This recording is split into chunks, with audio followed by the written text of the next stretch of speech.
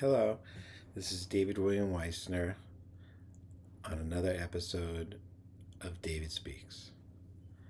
Today I thought I'd talk about how a psychiatrist, who will remain nameless right now, destroyed my life by taking me off medication and thinking I was cured just by my age. Now, I had turned like 39, 40, and this doctor decided, who I was with for years, I was on good medication. This doctor decided to wean me off of all medications for my bipolar disorder. This had disastrous effects on my life for years and changed the course of my life forever. So I have been very stable and working as a music teacher for many years. I had my own students. I had my own business where I traveled to students' houses all over Staten Island. And I also worked at Staten Island Music School teaching piano 2 days a week. And I had many students there. I had 16 students there. I made a lot less money at the music studio per student, but you kind of made it up with volume. So this doctor somehow had a pet theory, he said, that at a certain age, manic depression just peters out. People's 40s or even 50s. Okay, so I was about 40. So he started to wean me off the medication. As he did, I started to decompensate, which means lose my mind, becoming off of medication. And I made some really stupid decisions. The stupidest decision I made was hooking up with my best friend's daughter, who I call Millie in my book. And she came to live with me for 2 crazy months in my apartment in Staten Island. I was 40. She was 20 years old. She was my best friend's daughter. Okay, my best friend, I call Prudence in the book. My book, Bipolar Disorder Through My Eyes, A Memoir of Hope. This is something that never would have happened in a million years if I had stayed on my medication. It's not that I wasn't infatuated with the young woman. I did love her, but I knew way better than to do something stupid and hook up with my best friend's daughter.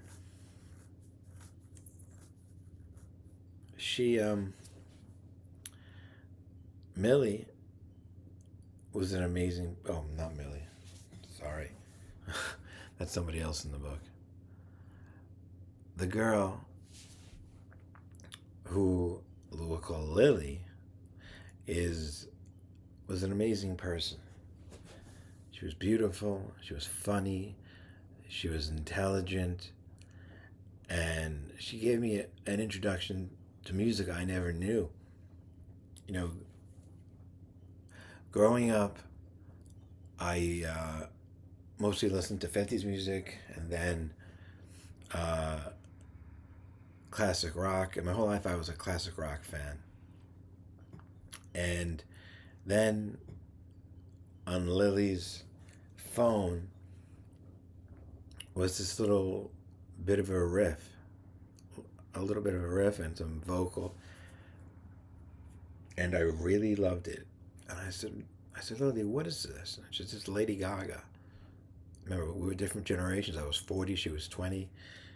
I didn't really stay with the new music. I don't know anything about it. I just stayed at 104.3 in New York, all classic rock. All my albums were classic rock. But I liked it. And that also got me into a lot of new music, like Katy Perry, Christina Perry, Bruno Mars, all this cool stuff. And I started teaching it to my students also because they loved it and it was new. Um, so Lily was in love with me. I was in love with her. And I have known about this and about her feelings, kind of, for like a few years. And we were hanging out as friends, even when she was 18, 19 especially. We would go hang out once in a while after her parents went to sleep with their full consent. They trusted me as they should. We would just drive around, go to the diner. We would sit at the park and talk for hours and hours. And we became really close. And there was no reason not to trust me or her because even though we were really, really fond of each other, I just thought she was such a great girl. And she was wonderful. And she loved me. And but it would never have happened if this stupid asshole doctor, God, I'd love to name him and ruin his career right now. I should have sued him, but I went through such hell. It was too late. By the time I got out, the statute of limitations had taken. It was 3 years. Um, Took me up on my medication. Him being a fully sound mind, and I kind of doubted it myself. So Lily and I went to an art exhibit of another friend of mine. Went to the art exhibit, and we came back to my apartment, and we were there for hours. And then at one point, I just held her hand. Just held her hand. And we both said nothing for 3 hours. 3 beautiful hours of just holding hands. And then I guess about 4:30 in the morning, she said, I really better get home. I don't want my parents to worry about me. I said, all right. It was like one of the most beautiful nights of my life, just holding her hand and on us silently feeling our love for each other. Then I took her home, all right, and the next day we posted some pictures on Facebook, and this is another person who was kind of insidious in this, person who was my shaman teacher. And she said she saw the pictures on Facebook and saw that we had like I don't know, some kind of purple cord between our hearts. And in her crazy mind, this is a woman who was a professional, supposedly a doctor of I don't even know what kind. She called herself a doctor. I don't think she had a PhD. She did help me study shamanism in a lot of ways, but she was a little too new agey, a little too kooky for me now at that age. But she said we were soulmates and we should be together. And I trusted this woman, and I was decompensating. So I had seen her for years, and she was a very good teacher of shamanism.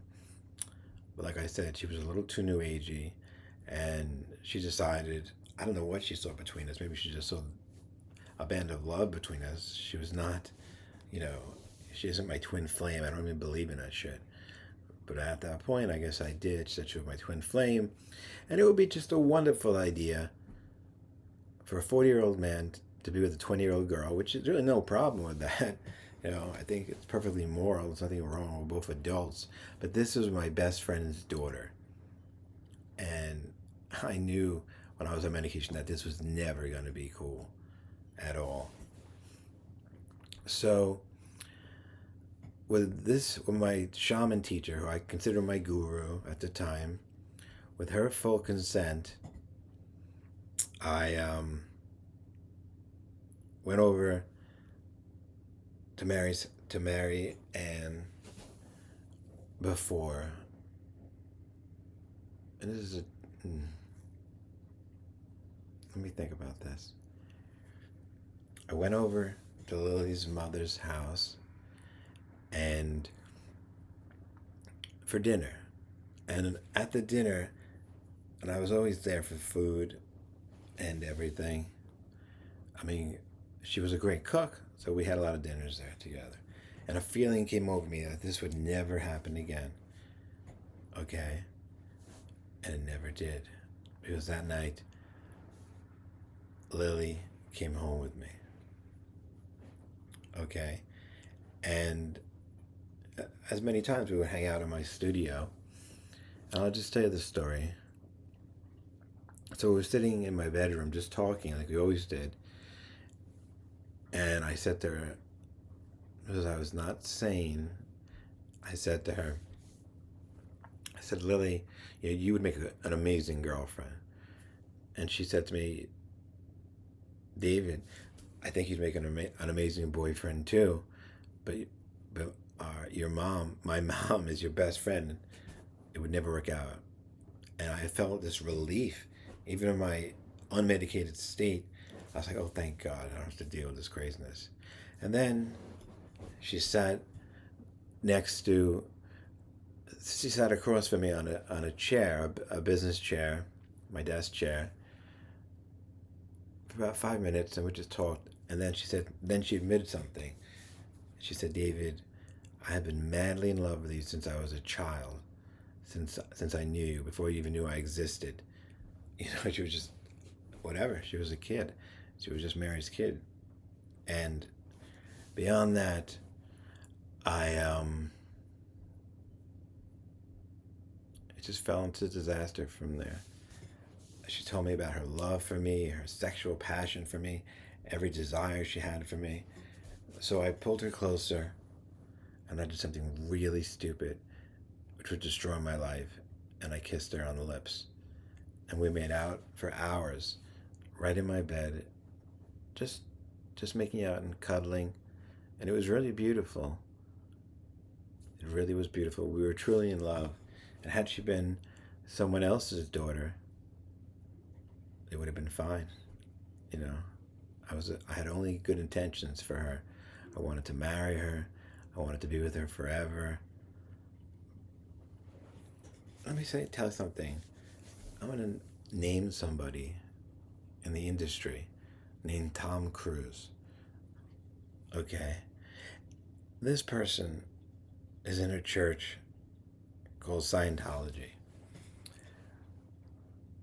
The things that I don't know about everything about Scientology, but this man, Tom Cruise, has been on TV telling people not to take mental health medication. That is so dangerous, it's incredible. Dangerous. It's what happened to me. Not because of anything Tom Cruise said. God, who the hell would listen to this weird actor? But if you are diagnosed by a medical doctor to be on medication for mental illness like bipolar or schizophrenia, I have bipolar disorder, please take your medication. Don't listen to an idiot like Tom Cruise. I wonder how many people have died because of him. I mean, literally went after antidepressants.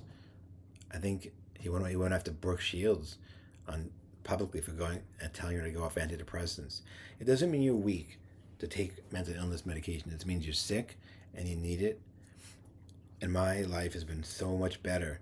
And I've had so many good times and amazing times with people, with jobs, with everything, because I stayed in my medication the whole time. Okay. So Lily and I decided that we didn't want to date secretly or have some secret affair. We thought there was nothing wrong with this. We're both adults. We want to date openly. So we said, well, let's tell her mother, my best friend, for 10 years, my best friend. And we told her, and her mother went crazy and kicked her out of the house, and her cat. So now I had to take her home with me, and I didn't really want to. I didn't want to live with anybody. I just wanted her as my girlfriend. I wanted to court her and date her and be with her in every way. And so that's how she came to live with me for 2 crazy months. And it would have been great. We got along so well. We would laugh all into the night, and we just loved each other for real. You know, and age really doesn't matter. As long as people love each other and have things in common and get along, it shouldn't matter. But this woman, Lily's mother, who was so close to me, took vengeance on us and called all of her friends, all of my friends, my mother, my teacher, everyone tried to destroy our lives. She made it constantly a hell. And it really was a hell. And Lily and I slept together in my bed, and we didn't go all the way for 11 days because we were just getting to know each other like that. And when we did finally have sex, it was the most beautiful thing I've ever experienced. Okay? It was like all night. I think 14 hours of on and off sex all night. It was so beautiful. I've never had anything so spiritual in my life. I've never loved anyone like that and had sex with them. It was amazing. And it was a true expression of love. It was amazing. That's what sex should be to me, a true expression of love. So Lily was with me for 2 months, and then her mother condemned her to hell because she told her she couldn't see her sisters anymore. Her father, her natural father, her mother had a new husband, but her real father was fine with it. He came over to our house and hung out with us for dinner. And her sister, everybody was fine with it except my best friend, who we decided because of jealousy more than anything. And she had said some weird things to me over the years, like, oh, when my husband dies, we'll move in together and I'll cook for you. She knows I wasn't attracted to her in any way. It was just a friendship, but I don't know. It seemed like maybe she had a thing for me the whole time. And it was jealousy, but it's something that would never have happened if I didn't get off my medication at all. It would have been impossible. Believe me, I did love her, before that, but I never would have done that. So she stayed with me for 2 months, and I just couldn't take it anymore. She was always crying and freaking out over her mother and screaming, and her mother was always threatening us, and God knows what she was planning. It was too much. If her mother loved me so much and told everybody I was her favorite person in the world, why couldn't she accept me as a future son-in-law? I don't understand that. But I'll get back to the doctor. It took me off medication. If I had met her online or in the mall or wherever you meet people, and she was somebody else's mother, I probably would still be with her today. Maybe be married, maybe we'd have children, I don't know. We really had a wonderful relationship. She was a friend first, and then a lover, and such a wonderful person, so filled with joy. And unfortunately, it didn't work out.